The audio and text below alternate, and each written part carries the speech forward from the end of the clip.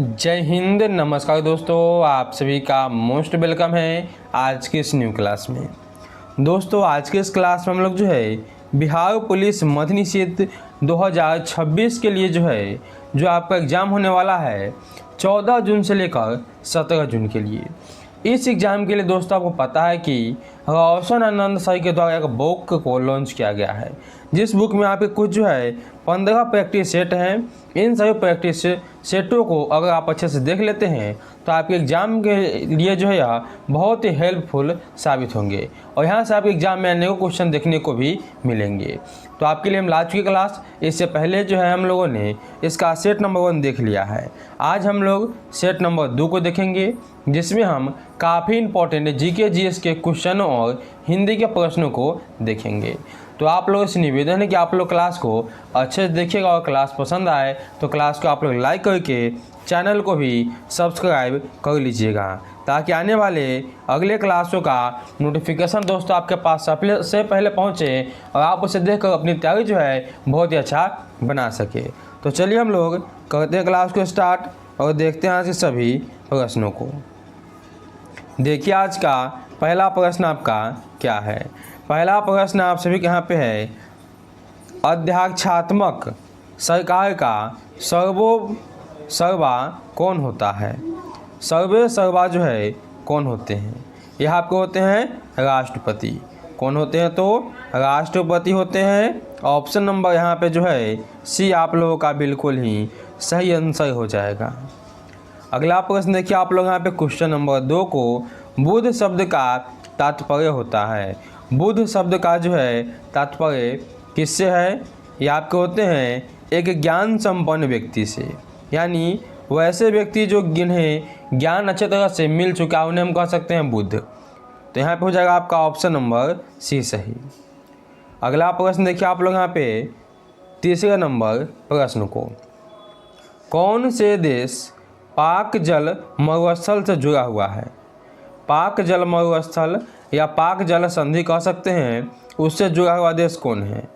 एक आपके यहाँ पे हो जाएंगे ऑप्शन ए सही, एक आपका भारत है और एक आपका श्रीलंका है। ऑप्शन नंबर यहाँ पे ए यह आपके बिल्कुल ही सही आंसर हो जाएंगे।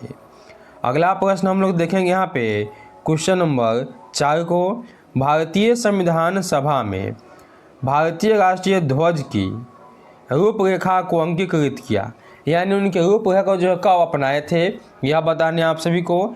यहाँ पे हो जाएगा आपका ऑप्शन नंबर डी सही। ठीक है, 22 जुलाई 1947 को अंगीकृत किया गया था। ऑप्शन नंबर आप लोगों का जो डी है यह बिल्कुल ही सही हो जाएगा। अब देखिए आप लोग 5 नंबर प्रश्न को। 5 नंबर प्रश्न आपका है कि भारत की सबसे बड़ी सुरंग बनिहाल सुरंग किस राज्य में स्थित है। बनिहाल सुरंग यह कहाँ पे है। यह आपको हो जाएंगे जम्मू एवं कश्मीर में। तो ऑप्शन नंबर सी आप लोग यहाँ पे सही कीजिएगा। अब देखिए दोस्तों अगले नंबर प्रश्न को। अगला प्रश्न है कि भारत का सबसे ऊंचा जलप्रपात जोग किस राज्य में बताने हैं, यानी कौन से राज्य में है जोग जलप्रपात। यहाँ पर हो जाएगा आपका ऑप्शन नंबर सी सही, कर्नाटक में आपका है जोग जलप्रपात। तो सी ऑप्शन को सही कीजिएगा। चलिए आगे देखिए आप लोग यहाँ पे 7 नंबर प्रश्न को। 7 नंबर प्रश्न आप सभी के यहाँ पे है, हैवी बिलिकल्स फैक्ट्री स्थित है। हैवी बिलिकल्स फैक्ट्री यह स्थित है कहाँ पे। यह आपके कहाँ पे है तो आप लोग कहिए कहाँ पे, अवाडी में है। कहाँ पे है, अवाडी में है। सी ऑप्शन दोस्तों आप लोगों का बिल्कुल ही सही आंसर हो जाएगा। चलिए अब देखिए 8 नंबर प्रश्न को। 8 नंबर प्रश्न आप सभी का है, निम्नलिखित में से कौन सा राज्य पहले नेफा के रूप में जाना जाता था।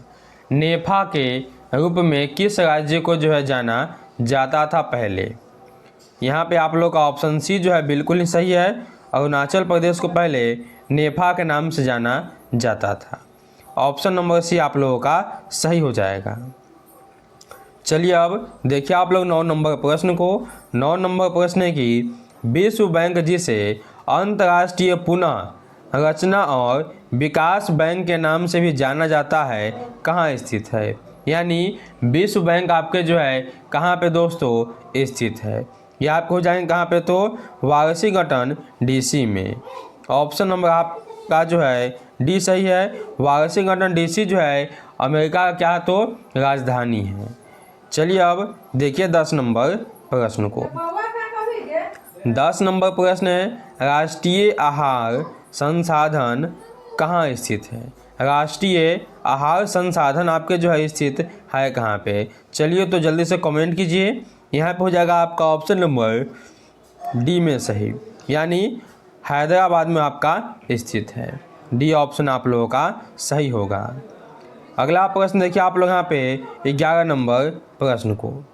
बंगाल की अस्थायी बंदोबस्त किस वर्ष आरंभ किया गया था।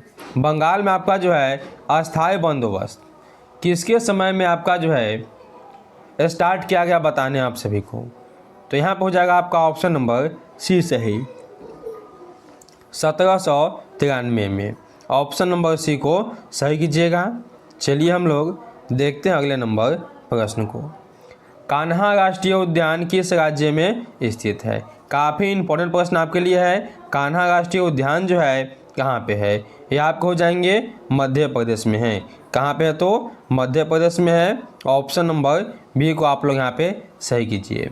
दोस्तों आप सभी अभी तक आप लोगों ने वीडियो को लाइक नहीं किया, चलिए फटाफट से आप लोग जो है वीडियो को लाइक कर लीजिए, और न्यू है तो आप सभी हमारे चैनल को सब्सक्राइब भी कर लीजिए, ताकि आगे से हम जो भी क्लास लाएँ उनका नोटिफिकेशन आपके पास सबसे पहले पहुँचे। तो चलिए फटाफट से आप लोग लाइक और चैनल को सब्सक्राइब करके अपने दोस्तों के पास से शेयर कर दीजिए फटाफट से। अब चलिए हम लोग देखते हैं अगले नंबर प्रश्न को।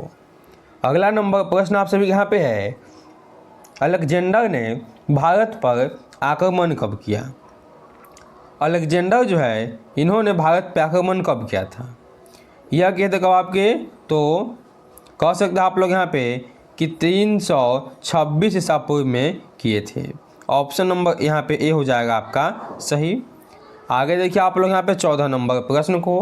भारतीयों द्वारा संचालित पहला बैंक कौन था।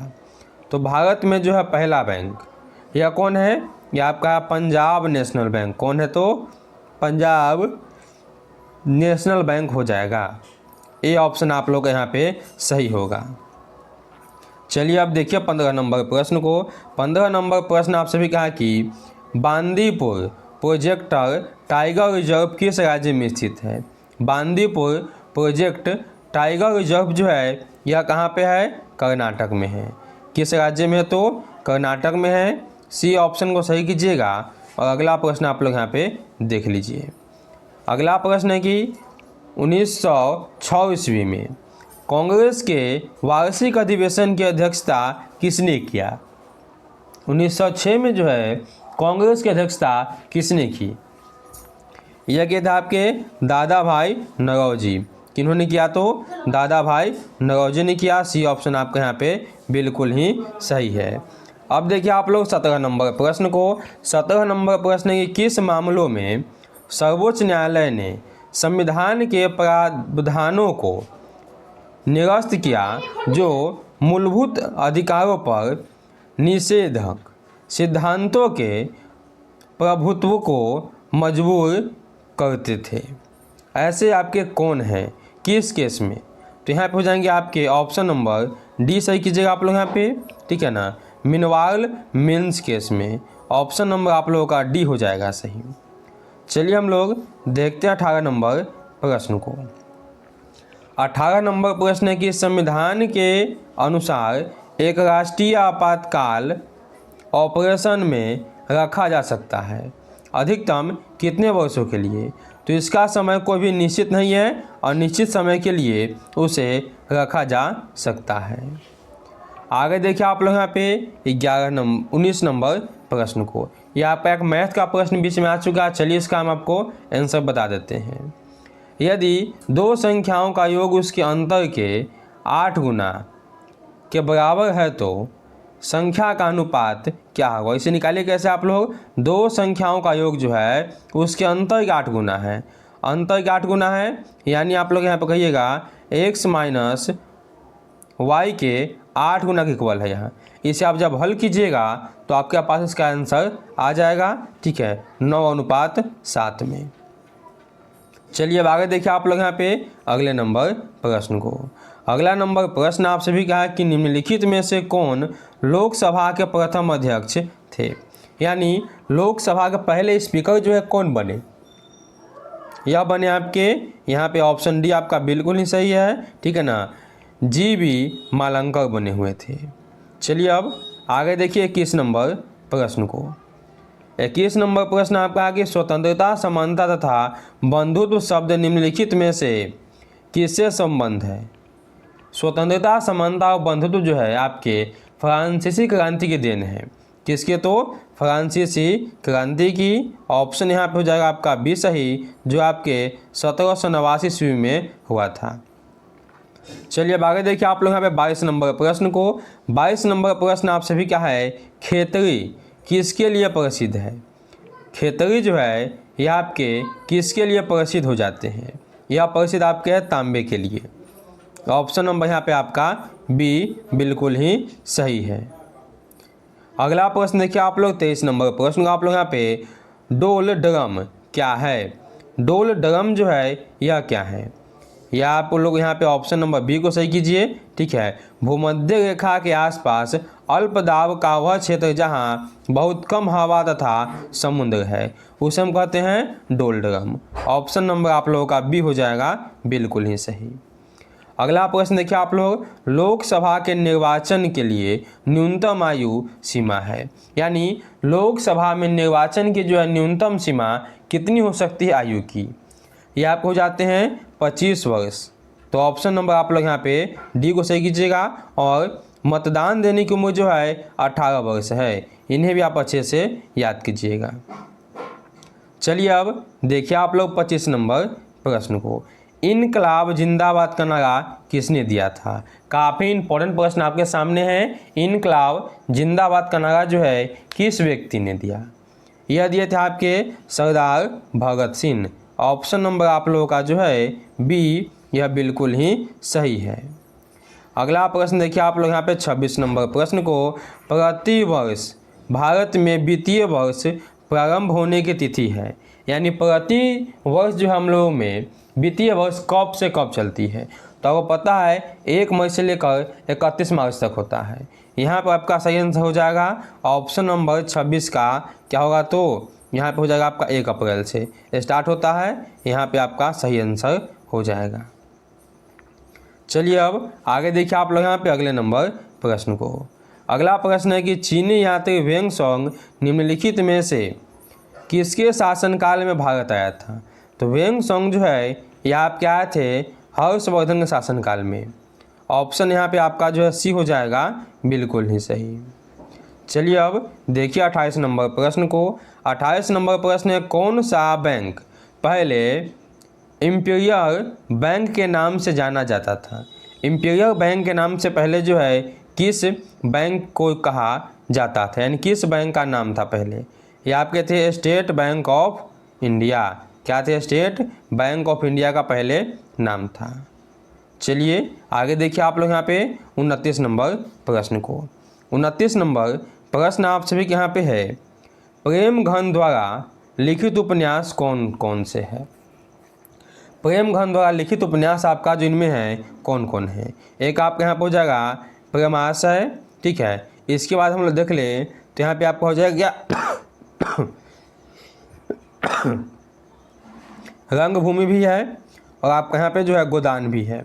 तो 1, 3 और 4 है। ऑप्शन नंबर यहाँ पे आपका जो है सी, या बिल्कुल ही सही होगा। आइए अब देखिए आप लोग यहाँ पे 30 नंबर प्रश्न को। किस यात्री ने पटना को मुगल साम्राज्य का दूसरा सबसे बड़ा नगर तथा उत्तरी भारत का सबसे बड़ा व्यापारिक केंद्र बताया। कौन वह यात्री थे, वह थे आप लोग यहाँ पे कौन, तो तैवर्ण्य, ठीक है ना, तैवर्ण्य थे। ऑप्शन नंबर आप लोगों का डी होगा सही। दोस्तों यह थे आपके सेट नंबर 2 के काफ़ी ही मोस्ट इम्पॉर्टेंट छाटे हुए 30 जीके जीएस और हिंदी के प्रश्न सब, जो आपके एग्जाम के लिए काफ़ी इंपॉर्टेंट है। तो आपके पास टाइम कम बच रहा है, आप लोग अच्छे से अपने पढ़ाई पे ध्यान दीजिए और मन लगाकर पढ़ाई कीजिए। चलिए हम लोग मिलते हैं कैसे नेक्स्ट वीडियो में, तब तक के लिए जय हिंद जय भारत सभी को।